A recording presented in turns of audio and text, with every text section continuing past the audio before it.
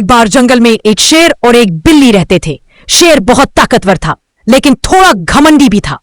वो हमेशा बिल्ली से कहता, देखो मैं जंगल का राजा हूं और तुम तो बस एक छोटी सी बिल्ली हो। बिल्ली उसकी बातों पर मुस्कुरा देती। एक दिन शेर ने बिल्ली से कहा, चलो आज शिकार पर चलते हैं। दोनों निकल पड़े। रास्ते में एक किसान ने अपना जाल बिछा रखा था। शेर फंस गया। वो जोर जोर से दहाड़ने लगा, बचाओ, कोई मुझे निकालो। बिल्ली ने अपनी नुकीली पंजों से रस्सियां काटनी शुरू की और कुछ ही देर में शेर आजाद हो गया। शेर शर्मिंदा होकर बोला, समझ में आया कि आकार नहीं, अक्ल बड़ी चीज होती है।